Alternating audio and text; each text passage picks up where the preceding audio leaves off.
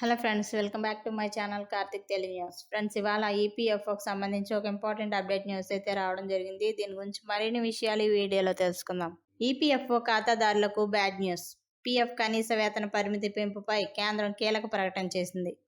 ప్రస్తుత పరిస్థితుల్లో పెంచే ఆలోచన లేదని స్పష్టం చేసింది. కనీస వేతన పరిమితి ప్రస్తుతం 15,000 రూపాయలు ఉండగా దీన్ని 25,000 రూపాయలకు పెంచాలనే డిమాండ్లు ఎప్పటి నుంచో ఉన్నాయి. కేంద్రం దీనిపై చర్చలు జరుపుతోందని, త్వరలోనే నిర్ణయం తీసుకునే అవకాశం ఉందనే ప్రచారం నడుస్తోంది. ఇక దీంతో కేంద్రం స్పందించి ఫుల్ క్లారిటీ ఇచ్చింది. ప్రస్తుతానికి కనీస ప్రాథమిక వేతన పరిమితి పెంచే ఆలోచన లేదని స్పష్టం చేసింది. ఇక దీంతో గత కొద్ది కాలంగా వస్తున్న వార్తలకు బ్రేక్ పడినట్లయింది. ప్రస్తుతం ఉన్న ఈపీఎఫ్ఓ నిబంధనల ప్రకారం బేసిక్ శాలరీ 15,000 రూపాయలలోపు ఉన్నవారు ఖచ్చితంగా పీఎఫ్ పరిధిలో చేరాలి. దీనివల్ల అంతకంటే ఎక్కువ జీతం ఉన్నవారు పీఎఫ్ ప్రయోజనాలు పొందలేకపోతున్నారు. ఈ లిమిట్ను పెంచాలని కార్మికులు డిమాండ్ చేస్తున్నారు. ప్రస్తుతం బేసిక్ శాలరీ లిమిట్ 15,000 రూపాయలు మాత్రమే ఉంది. ఇక దీంతో 15,000 రూపాయల లోపు శాలరీ ఉన్నవారు ఖచ్చితంగా పీఎఫ్లో చేరాలి. అంతకంటే ఎక్కువ జీతం తీసుకునేవారు స్వచ్ఛందంగా చేరవచ్చు. కంపెనీ ఉద్యోగి మధ్య ఒప్పందంతో స్వచ్ఛందంగా చేరాల్సి ఉంటుంది. ఇక దీంతో 15,000 పైన జీతం తీసుకునే వారికి పీఎఫ్ ప్రయోజనాలు లభించడం లేదు.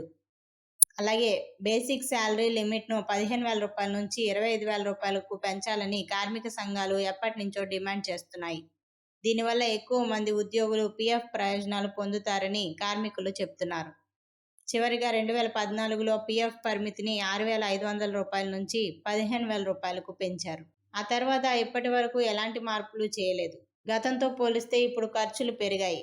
దీంతో ప్రస్తుత పరిస్థితులను పరిగణలోకి తీసుకొని మార్పులు చేయాలని కార్మికులు కోరుతున్నారు. అయితే పీఎఫ్ బేసిక్ శాలరీ లిమిట్ను 25,000 రూపాయలకు పెంచడం వల్ల కేంద్రంపై అదనపు భారం పడుతుంది. 25,000 రూపాయలకు పెంచితే ఈపీఎఫ్ఓ పరిధిలోకి వచ్చే సబ్సిడీ కోసం కేంద్రం ప్రతి ఏటా అదనంగా వేల కోట్ల రూపాయలు ఖర్చు చేయాల్సి ఉంటుంది. ఇది కేంద్ర ఖజానాపై అదనపు భారం మోపే అవకాశం ఉంటుంది. లిమిట్ పెంచితే కంపెనీలు కూడా తాము చెల్లించాల్సిన కంట్రిబ్యూషన్ పెంచాల్సి ఉంటుంది. ఇది కంపెనీలకు కూడా భారంగా మారుతుంది.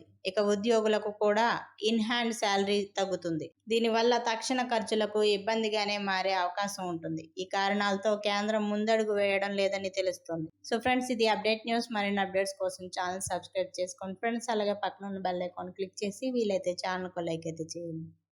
Thank you friends. Thanks for watching this video.